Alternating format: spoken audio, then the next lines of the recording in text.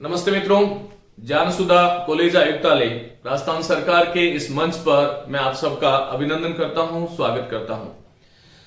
साथियों, हम लोग हिंदी व्याकरण में क्रिया प्रकरण की बात कर रहे थे और क्रिया का जो विभाजन मूलतः देखिएगा, क्रिया की परिभाषा से हमने इस प्रकरण को शुरू किया था।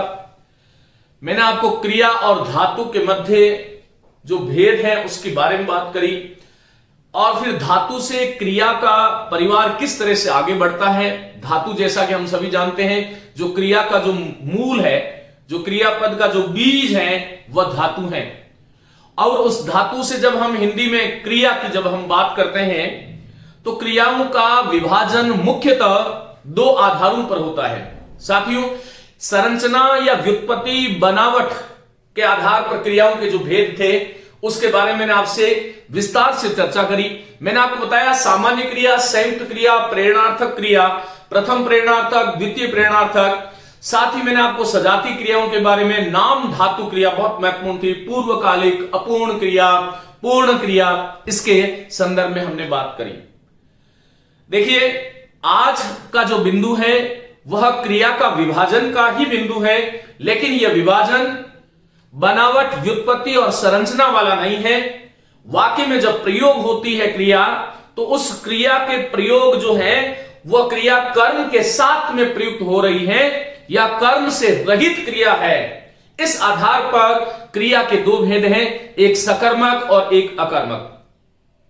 साथियों, हमें यह जानना चाहिए कि हिंदी की जो वाक्य संरचना होती है उसमें तीन चीजें महत्वपूर्ण है। एक कर्ता है, एक कर्म है और एक क्रिया है। और वाक्य की जो मुख्य केंद्र होती है वह क्रिया होती है। मुझे ध्यान आ रहा है कि संस्कृत व्याकरण में वैयाकरणों ने कहा एक तिंग वाक्यम, अर्थात अकेली क्रिया भी वाक्य हो सकती है।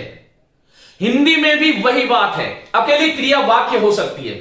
मैं आपसे कहता हूं, आइए, बैठिए, जाइए, पढ़िए, लिखें, देखें, सोइए, ये जितने भी मैंने वाक्य बोले इससे किसी न किसी अर्थ की प्रतीति हो रही है। मैंने यहां पर केवल एक क्रियापद बोला, तो वाक्य में जो कर्ता, कर्म और क्रिया की जो ये त्रयी जो है, ये हिंदी के वाक्यों को जो पूर्ण करती है। इस त्रयी में सबसे महत्वपूर्ण घटक कोई है तो वह क्रिया है।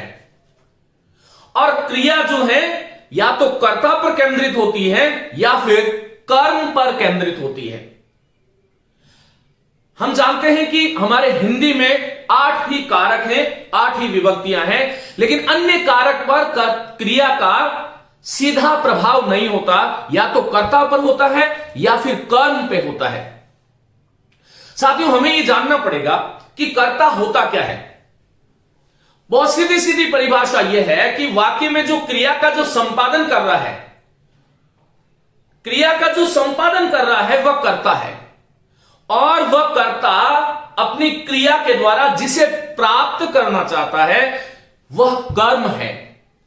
अब इस आधार पर क्रिया का प्रभाव यदि कर्म पे पड़ रहा है तो इसका मतलब यह हुआ कि वो क्रिया जो है वो सकर्मक है, और कर्ता का प्रभाव कर्म पर नहीं पड़ रहा है, क्रिया का प्रभाव कर्म पर नहीं पड़ रहा है और सीधा सीधा कर्ता पे पड़ रहा है, तो वह जो क्रिया होगी वह अकर्मक होगी। आप लोगों ने बहुत बार ये देखा होगा कि आपको कुछ ट्रिक बताए जाते हैं। पहली बात तो यह है कि आवश्यकता कहां है विद्यार्थी को ट्रिक जानने की।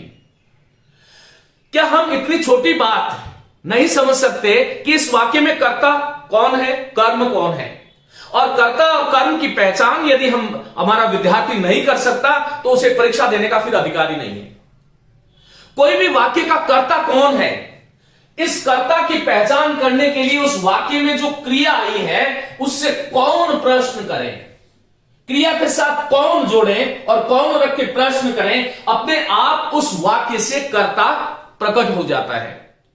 और यदि कर्म की आवश्यकता है, कर्म को जानना है, कर्म को जानने के लिए क्रिया के साथ में हमें क्या अथवा किसको प्रश्न करना चाहिए, क्या किसको, और यदि कोई स्थानवाचक है तो कहां, तो क्या किसको और कहां, इन तीन प्रश्नवाचक सर्वनामों से हम ये जान सकते हैं कि वाक्य का कर्म कौन है, वाक्य में कर्म कौन सा पद है।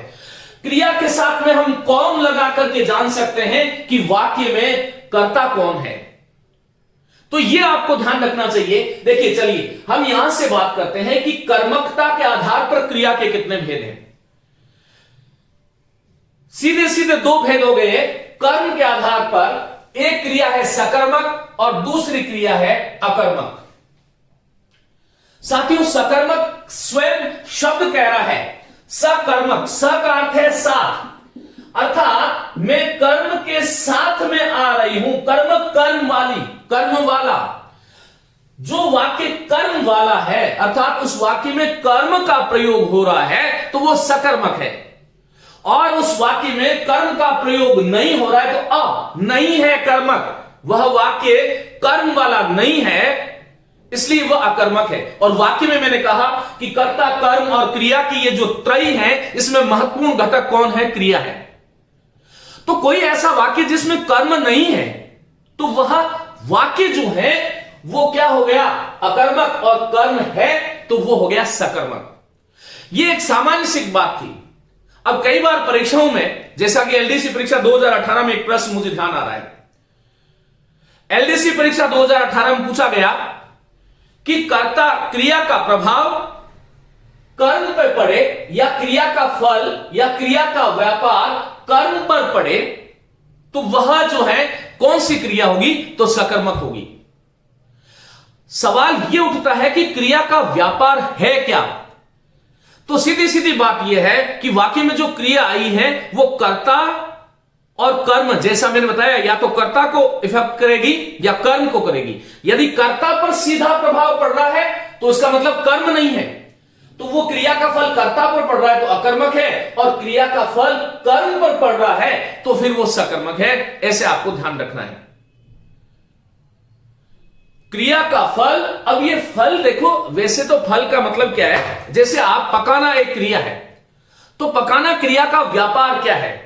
हम इस थाली से लेकर के और चूल्हे, बर्तन, स्टोव से लेकर के जो पूरी पाक क्रिया है वह उस पकाना क्रिया का व्यापार है। लेकिन हम उतना आगे नहीं जाएं क्योंकि आपको इन प्रश्नों का समाधान करना है। अब आपको यह ध्यान रखना चाहिए कि पहला जो विभाजन हो गया, कर्म के आधार पर जो क्रिया का जो पहला विभाजन हुआ, उसको हमने विभाजन में, ये कर्म था, कर्म के आधार पर क्रिया का पहला विभाजन जिसमें कर्म हो वो सकर्मक है और जिसमें कर्म नहीं हो वो अकर्मक है। क्रिया का प्रभाव यदि कर्म पर पड़ रहा है तो सकर्मक, कर्ता पर पड़ रहा है तो अकर्मक। ये सकर्मक जो है इसके दो भेद हो गए। कुछ वाक्य जो है वो एक कर्मक वाले, अर्थात ऐसा वाक्य जिसमें किसी क्रिया का एक ही कर्म हो, किसी क्रिया का एक कर्म है तो वो एक कर्मक है। और कुछ वाक्य ऐसे होते हैं जिसमें एक क्रिया होती है लेकिन उसमें, उस वाक्य में दो कर्म होते हैं, इसका मतलब वो द्विकर्मक है। तो सकर्मक क्रिया के दो भेद हो गए, एक कर्मक और द्विकर्मक। यद्यपि इसके और भी भेद है अवान्तर, पूर्ण सकर्मक, अपूर्ण सकर्मक। तो पूर्ण सकर्मक जिसमें पूरक की आवश्यकता नहीं होती, अपूर्ण सकर्मक जिसमें पूरक की आवश्यकता होती है। लेकिन वहां से प्रश्न नहीं आते। आपको पहचानना आना चाहिए कि किस प्रकार ये वाक्य सकर्मक है, अकर्मक है, और उसमें एक कर्मक कौन सा है, द्विकर्मक कौन सा है। तो साथियों, ये सकर्मक जो है उसमें एक जो है एक कर्मक जिसमें एक कर्म प्रयुक्त होता हो और दूसरा दो कर्म जिसमें प्रयुक्त होता हो वो द्विकर्मक है। ये अकर्मक क्रिया के भी दो भेद हो जाते हैं, स्थित्यर्थक अकर्मक क्रिया और गत्यार्थक अकर्मक क्रिया। इसके बारे में हम बात करेंगे बाद में। तो सकर्मक की बात हो गई। सकर्मक में जो सकर्मक का जो पहला भेद है वो है एक कर्मक, अर्थात किसी क्रिया या किसी वाक्य में क्रिया का केवल एक ही कर्म हो तो वो एक कर्मक है। कैसे? मोहन भोजन पकाता है। देखिए, बहुत सरल सरल वाक्य है। मैं आपसे पूछता हूं, आप इस सकर्मक अकर्मक से अपने आप को थोड़ा ऊपर उठाइए। मैं आपसे पूछता हूं कि मोहन भोजन पकाता है, इस वाक्य में ये वाक्य जो है वो सकर्मक है या अकर्मक? तो सकर्मक का अर्थ, ये फल को छोड़ दे, मानी कर्म युक्त क्रिया। पकाना क्या है? क्रिया है। अब ये पकाना क्रिया जो है ये कौन पकाता है? इसके साथ देखो कौन से प्रश्न करो, ये क्रिया है। इस क्रिया के साथ में आप जब कौन लगा के प्रश्न करोगे तो कर्ता प्रकट होगा, और क्या, किसको और कहां लगा के प्रश्न करोगे तो फिर जो है कर्म प्रकट होगा। यह आपको ध्यान रखना चाहिए।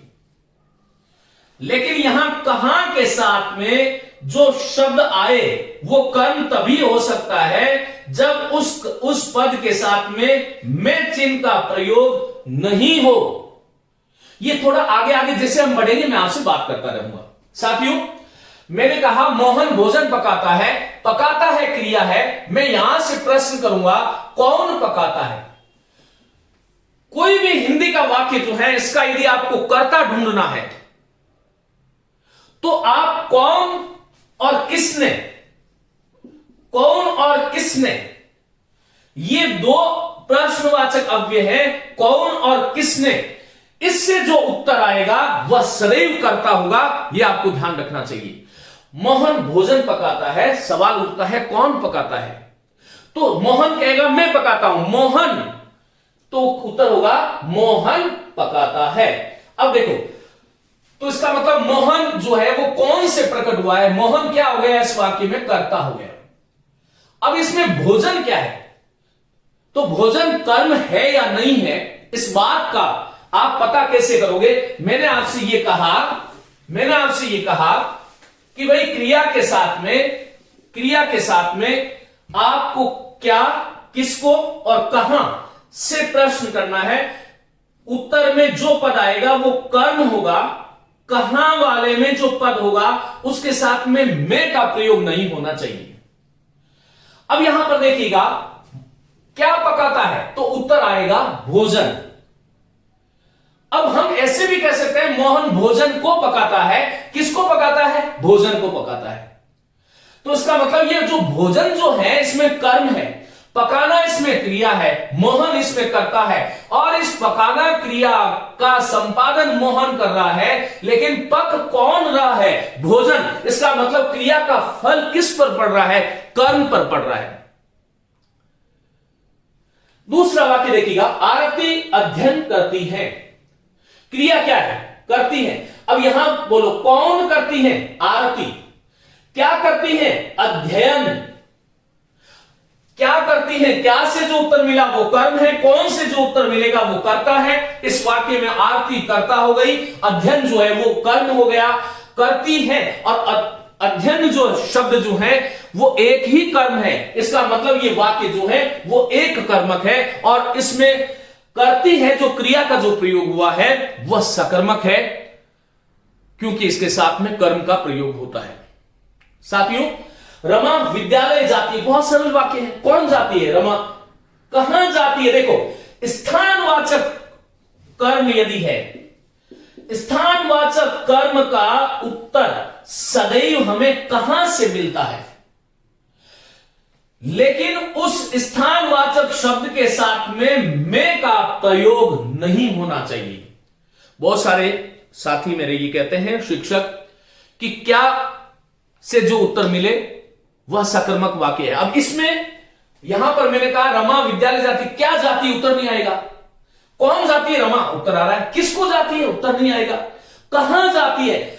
स्थानवाचक है विद्यालय, विद्यालय इसमें कर्म हो गया, लेकिन इसमें आपको यह देखना है कि मैं का प्रयोग नहीं होना चाहिए।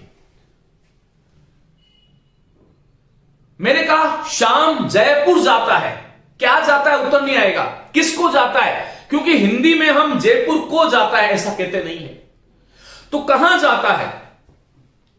जयपुर जाता है। मैं का प्रयोग उसके साथ नहीं होगा, तो वो निश्चित रूप से जो जयपुर और विद्यालय जो होगा वो कर्म होगा। एक ही कर्म है, एक कर्मक क्रिया हो गई, सकर्मक हो गई, क्योंकि कर्म है विद्यालय। आगे वाक्य मैंने लिखा है छात्राएं नृत्य कर रही हैं। अब कर रही है क्या है? क्रिया है। कौन कर रही है? छात्राएं। क्या कर रही है? नृत्य। तो ये नृत्य कर्म हो गया, छात्राएं कर्ता हो गई। अरे भाई, सकर्मक और अकर्मक जो है कोई बहुत बड़ा झगड़ा है ही नहीं। हमें केवल इतना समझना है कि वाक्य में हम ये तो समझ ही सकते हैं कि वाक्य में कर्ता कौन है, कर्म कौन है। हम कर्ता और कर्म के संदर्भ में यदि नहीं जान सकते, इसका मतलब हमें अध्ययन और करना चाहिए। मैंने कहा वेदव्यास ने जय संहिता लिखी। क्या लिखी? जय संहिता। किसने लिखी? जिनके साथ ने का प्रयोग हुआ है उसके साथ जो है। अब कौन लिखी तो उत्तर नहीं आएगा, इसलिए मैंने कहा क्रिया के साथ कौन और किसने से प्रश्न करोगे, कर्ता प्रकट होगा। क्रिया के साथ क्या, किसको, कहां प्रकट करोगे, कर्म प्रयुक्त होगा, कर्म प्रकट होगा। कहां वाले वाक्यों में स्थानवाचक शब्द के साथ में का प्रयोग नहीं होना चाहिए। जैसे मैंने कहा मछलियां तालाब में तैर रही है, मछलियां तालाब में तैर रही। आपसे वाक्य पूछेगा अकर्मक है सकर्मक है, आप कहोगे क्या तैर रही है मछलियां, लो वहीं से गड़बड़ हो गया कॉन्सेप्ट।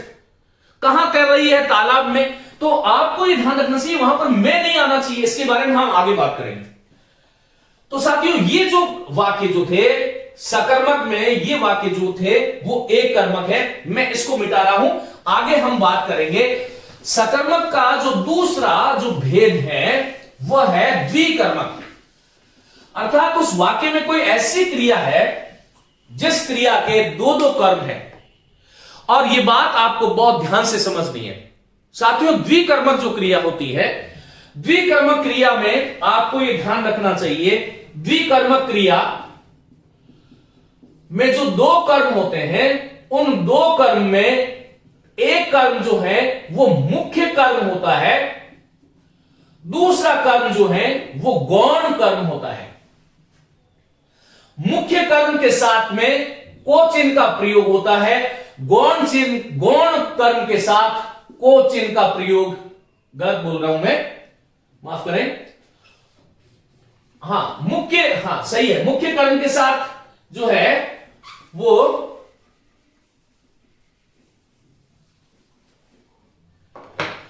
द्विकर्मक जो है उसमें दो कर्म होंगे, एक मुख्य कर्म एक गौण कर्म।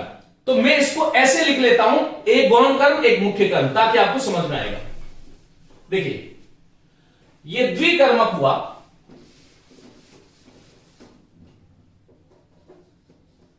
ये जो द्विकर्मक है,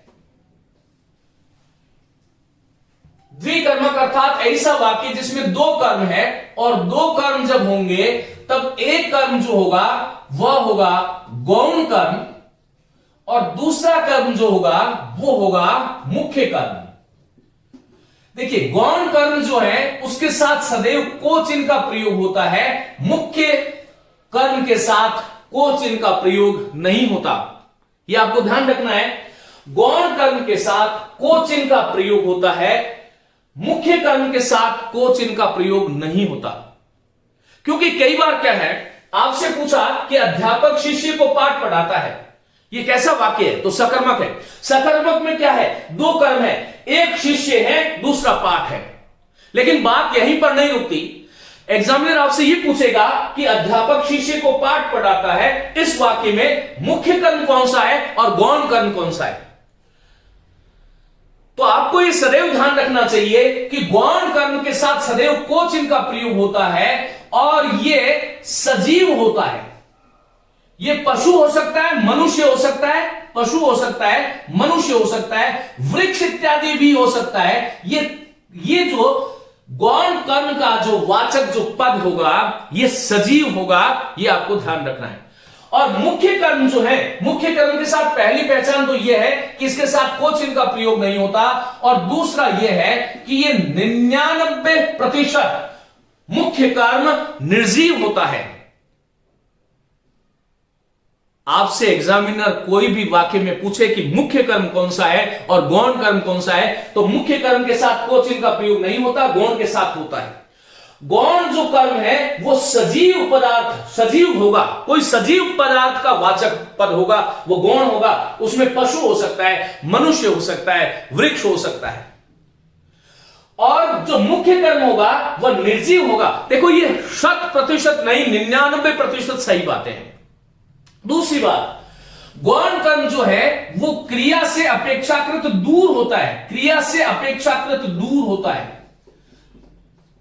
अपेक्षाकृत जो है वो दूर होता है, लेकिन ये मुख्य कर्म जो है वो क्रिया के समीप होता है।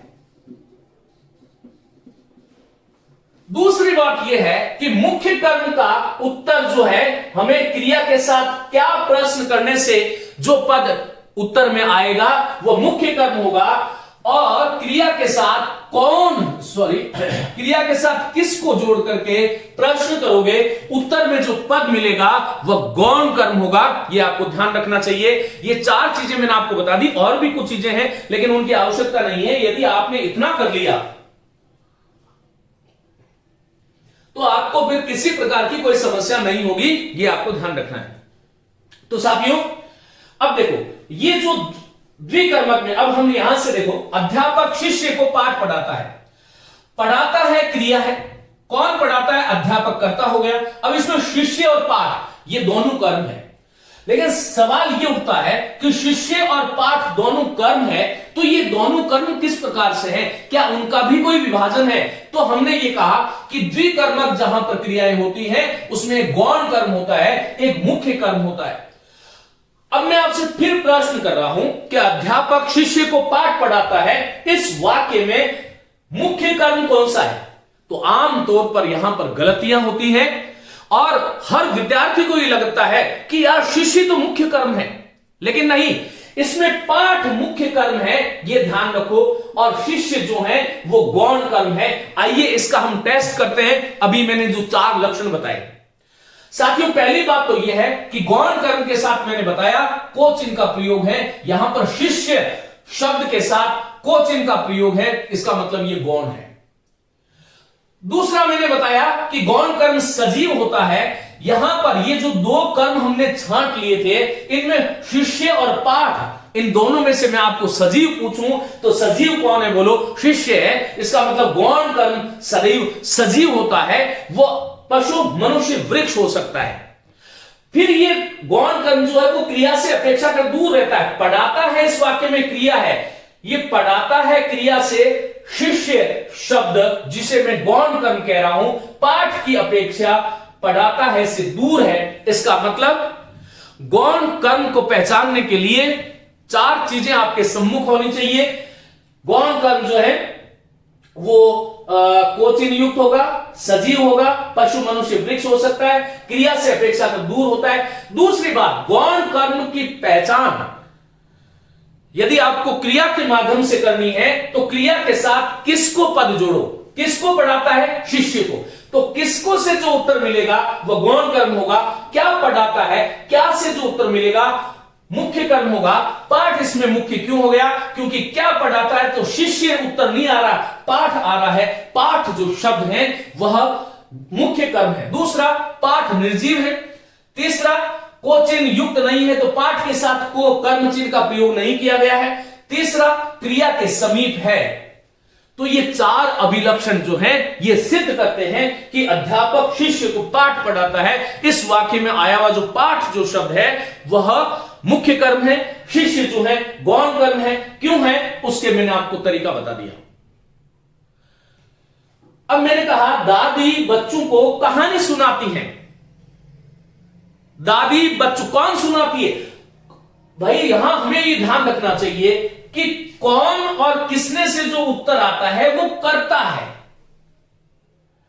मैं इस वाक्य को ऐसे भी कह सकता हूं, दादी ने बच्चों को कहानियां सुनाई, तो भी वाक्य द्विकर्मक ही होगा, सकर्मक ही होगा, भूतकाल का हो गया। किसने सुनाई? दादी ने। तो कौन और किसने से जो उत्तर मिल रहा है वो वाक्य में, सदैव हिंदी के वाक्यों में वो करता होता है।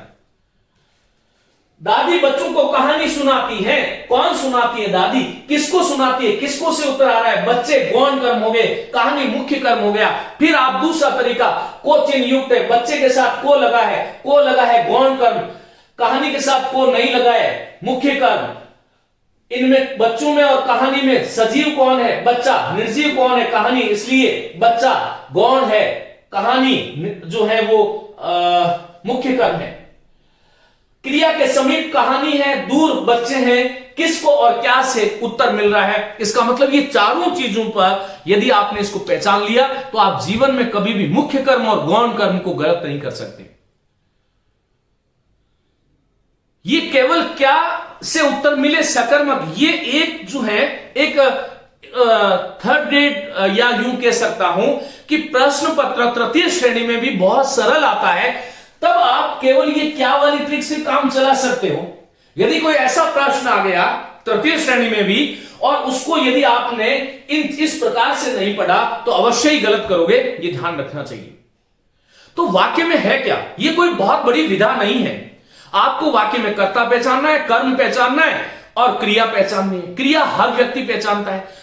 कर्म को पहचानने का तरीका मैंने आपको बता दिया, क्या, किसको और स्थानवाचक है तो कहां, लेकिन मैं नहीं जुड़ा होना चाहिए। कर्ता को पहचानने का तरीका कौन और किसने, तीसरा कोई तरीका नहीं, तो वो कर्ता होता है। यदि वाक्य में कर्म मौजूद है तो वो सकर्मक है। सकर्मक में भी एक कर्म है तो एक कर्मक है, और दो कर्म है तो द्विकर्मक है। दो कर्म में एक गौण कर्म, एक मुख्य कर्म। मैंने कहा गीतिका ने गौरी को गाना सुनाया। गीतिका ने किसने सुनाया, देखो न का प्रयोग हुआ, किसने सुनाया, गीतिका ने। क्या सुनाया, गाना।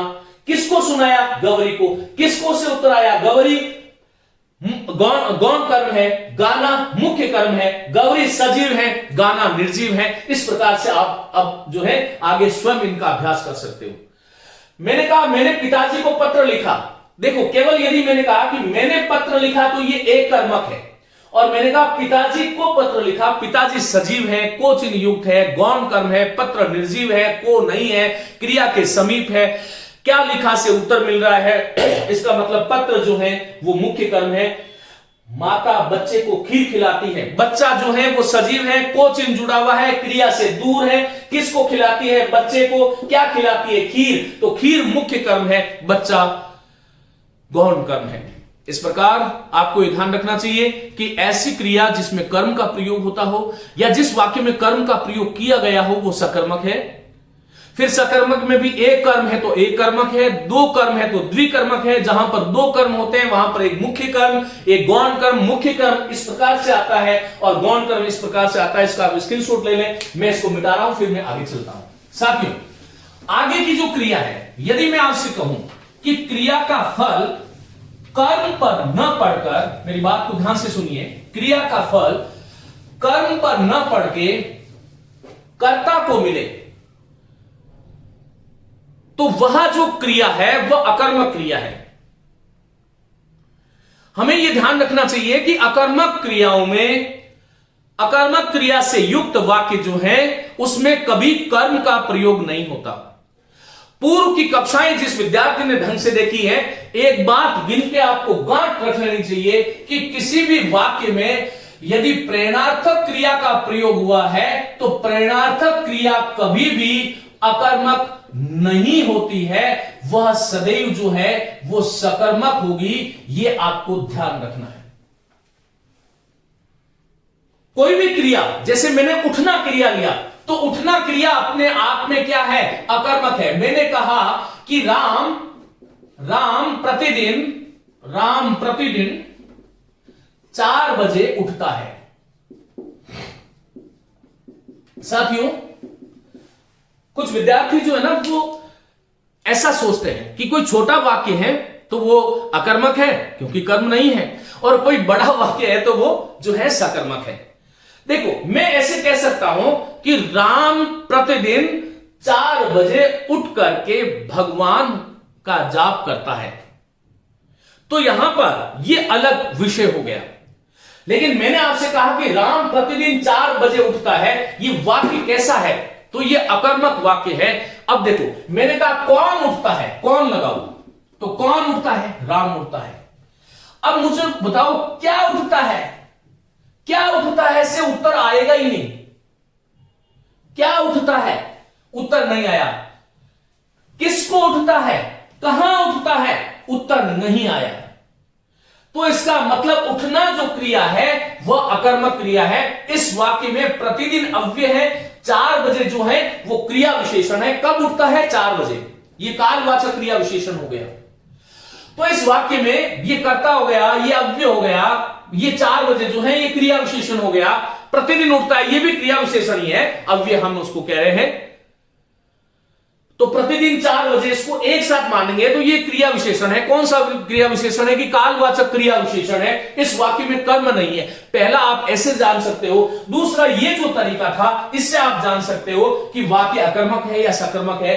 लेकिन उठना क्रिया को यदि मैं उठाता है कर दूं तो ये क्या बन गई? प्रेरणार्थक। और मैंने कहा राम को उसकी माता प्रतिदिन 4 बजे उठाती है, तो ये जो वाक्य होगा ये सकर्मक हो जाएगा। मैंने कहा बच्चे को उठाओ,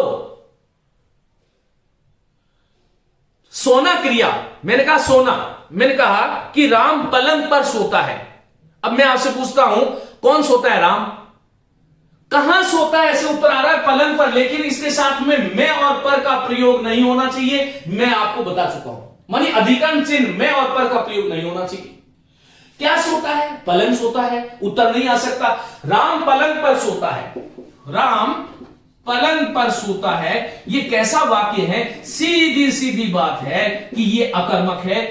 कौन सोता है? राम। कहां पर सोता है? पलंग। लेकिन पलंग के साथ में पर का प्रयोग हुआ है, तो मैं और पर का प्रयोग नहीं होना चाहिए। इसका मतलब ये जो है इस वाक्य में पलंग क्या है? कर्म कारक नहीं है। यहां पर सोना क्रिया जो है उसका आधार है। इस वाक्य में आया हुआ जो पलंग जो शब्द है ये कर्म कारक नहीं है, अधिकरण कारक है। इसका मतलब इस वाक्य में कर्म का प्रयोग नहीं हुआ है। सोना क्रिया का फल राम को मिल रहा है, राम इस वाक्य का कर्ता है और कर्ता को क्रिया का फल मिल रहा है, तो वो अकर्मक है, कर्म है नहीं। क्योंकि राम कर्ता है, पलंग अधिकरण है, पर जो है वो अधिकरण का चिन्ह है, सोता है क्रिया है, कर्म का प्रयोग नहीं, कर्म से रहित है, क्रिया का फल कर्ता पर बढ़ रहा है। आराम किसको मिलेगा? सोने से जो थकान जो उतरेगी वो पलंग की नहीं राम की उतरने वाली है। सोना क्रिया का फल जो है वो राम पर ही पड़ रहा है। इसका मतलब ये जो क्रिया है अकर्मक है।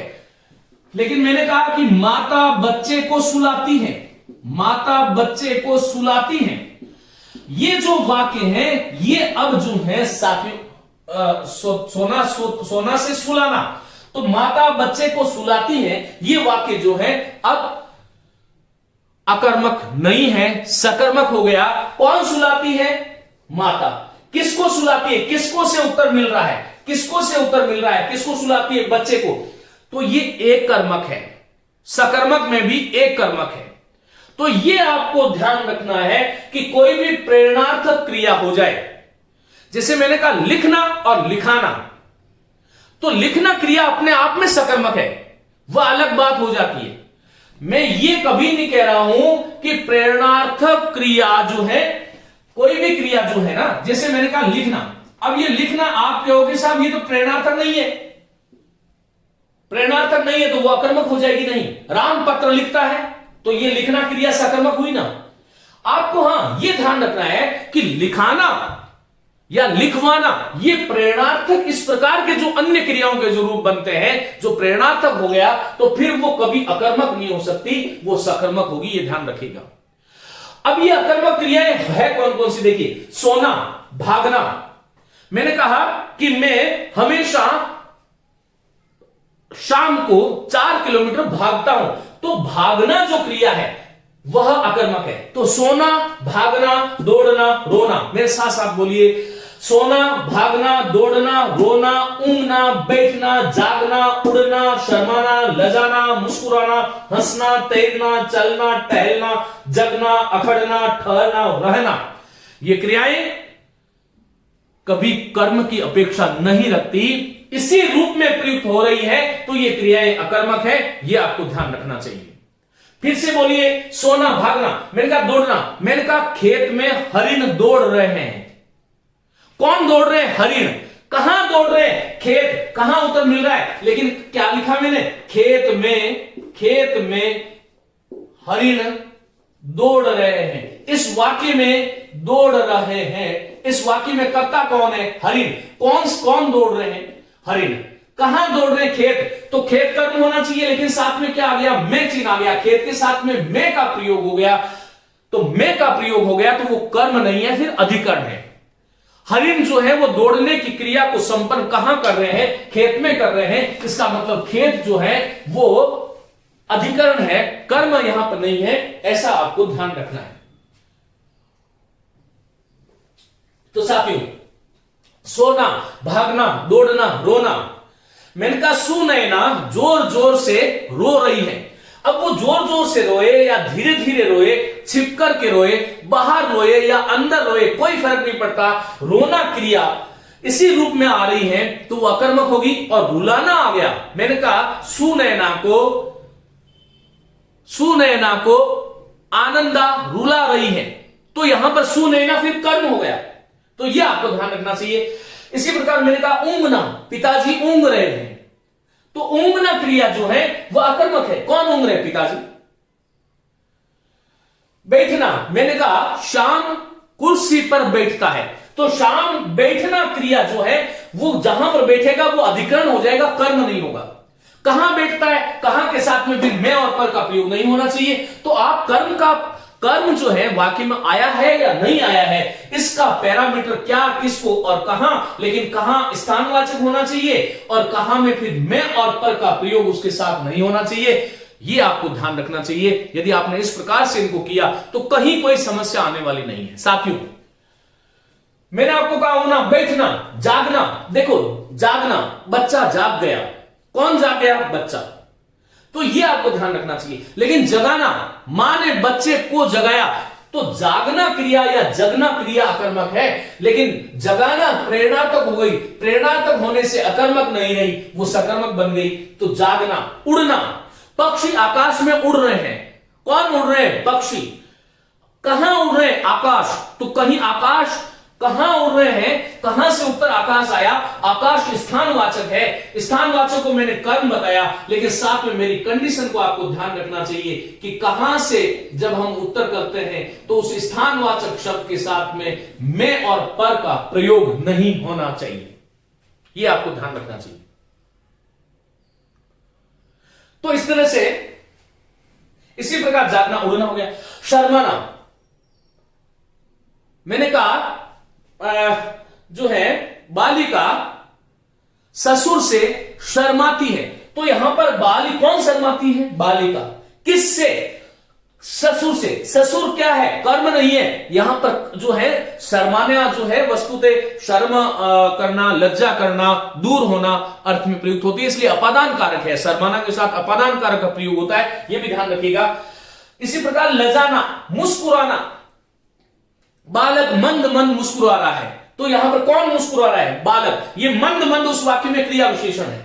हंसना, वह जोर जोर से हंस रहा है, वह प्रतिदिन हंसता है। कौन हंसता है? वह। प्रतिदिन क्रिया विशेषण है, कर्म नहीं है। तो सोना, भागना, दौड़ना, रोना, ऊँघना, बैठना, जागना, उड़ना, शर्माना, लजाना, मुस्कुराना, हंसना, तैरना।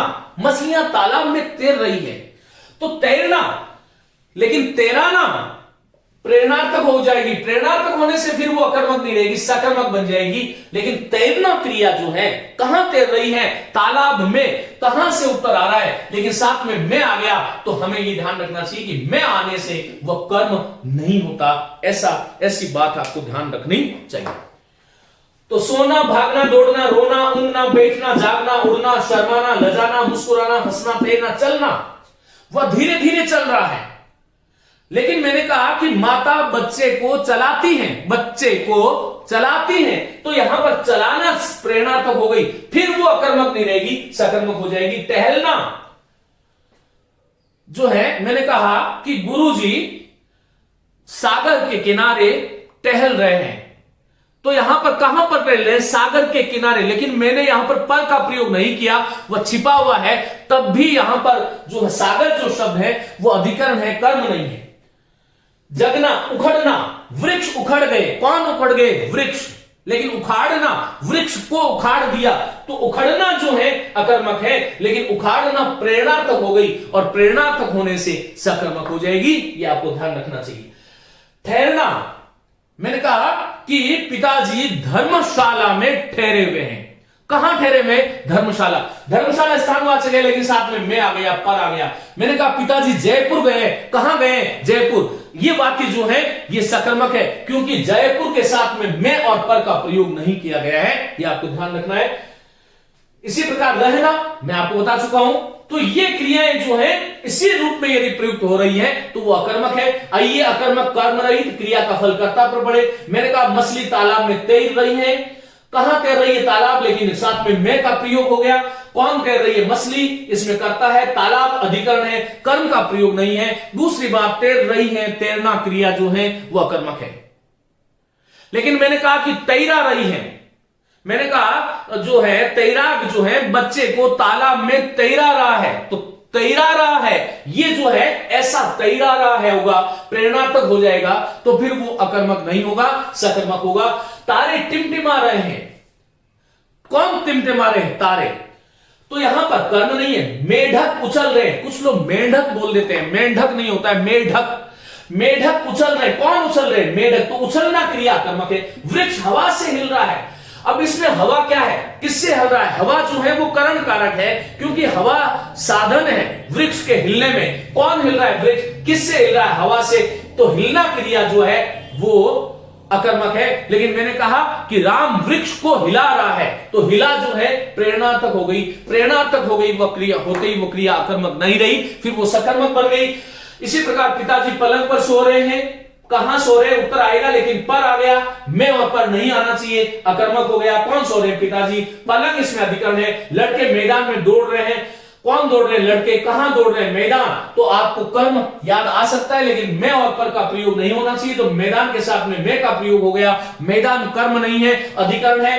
पक्षी आकाश में उड़ रहे हैं। कौन उड़ रहे हैं? पक्षी। कहां उड़ रहे हैं? आकाश। उत्तर आया, लेकिन आगे मैं आया, आपने कट कर दिया, कर्म का प्रयोग नहीं है। आकाश इसमें अधिकरण है और जो है इसलिए ये क्रिया जो है अकर्मक हो गई। तो साथियों इस प्रकार से ये हमें ध्यान रखना चाहिए। मैंने आपको सिखाया था कि रोना रुलाना, दिखना दिखाना, बैठना बिठाना, हंसना हंसाना, गाना गवाना, जो है इस प्रकार की जितने भी क्रियाएं, लिखना लिखाना, ये क्रियाएं जो है वो अकर्मक क्रिया। सोना अकर्मक है, लेकिन सुलाना सकर्मक कर दिया। तो यहां पर सुलाना जो है प्रेरणात्मक हो गई, और प्रेरणात्मक होने से वो सकर्मक हो गई। मैंने एक वाक्य लिखा है, बूंद बूंद से घड़ा भरता है। एग्जामिनर आपसे पूछेगा ये वाक्य कैसा है, तो ये वाक्य बूंद बूंद से कौन भरता है घड़ा? किससे भरता है? इसमें क्या और उत्तर आ ही नहीं सकता। क्या और किसको भरता है? उत्तर नहीं। क्या भरता है? कहां भरता है? उत्तर नहीं आ रहा। इसका मतलब बूंद बूंद से घड़ा भरता है, ये वाक्य अकर्मक है। लेकिन राम पानी से घड़ा भरता है। कौन भरता है? राम। क्या भरता है? घड़ा। तो घड़ा इसमें कर्म हो गया। किससे भरता है? पानी। इससे इसमें करण हो गया। राम इसमें कर्ता हो गया। भरता इसमें सकर्मक क्रिया हो गई। तो यह भी ध्यान रखिएगा कि यहां पर भरता है, यहां पर भी भरता है, लेकिन वाक्य में प्रयोग के आधार पर पहला वाक्य जो है वो अकर्मक है, दूसरा वाक्य जो है वो सकर्मक है। तो इस तरह से मैंने कहा कि मेरे हाथ खुजलाते हैं, तो हाथ खुद कौन खुजलाते हैं? हाथ खुद ही खुजलाते हैं। और मैंने कहा कि वह उसके हाथ खुजलाकर उसकी सेवा कर रहा है, उसके हाथ खुजलाकर उसकी सेवा कर रहा है। वाक्य में किसी भी क्रिया का प्रयोग किस प्रकार से हमें करना चाहिए, उसी आधार पर अकर्मक और सकर्मक का जो है निर्णय हमें करना चाहिए। साथियों इस कक्षा के माध्यम से मैंने आपको भली भांति ये सिखाया। केवल आप जो है क्या और किसको से आप जो है प्रश्नों का उत्तर नहीं कर सकते। इस प्रकार से यदि आप देखोगे एक भी प्रश्न गलत नहीं कर सकते, ध्यान रखिएगा। द्विकर्मक में आपको ध्यान रखना है, मुख्य कर्म और गौण कर्म वाली जो बात है उसका जो तरीका है उसको मैंने आपको सिखाया। मुझे लगता है कि ये कक्षा आप लोगों के लिए बेहद उपयोगी होगी और आप लोग जो है इसको बार बार इसको पढ़ें। और साथ ही इसकी जो है पीडीएफ के रूप में मैं आपको उपलब्ध जो है टेलीग्राम ग्रुप में आप ज्वाइन कर लें, वहां पर मैं इसकी पीडीएफ जो है उपलब्ध कराने वाला हूं। नमस्ते, धन्यवाद, खूब पढ़िए, खूब आनंद से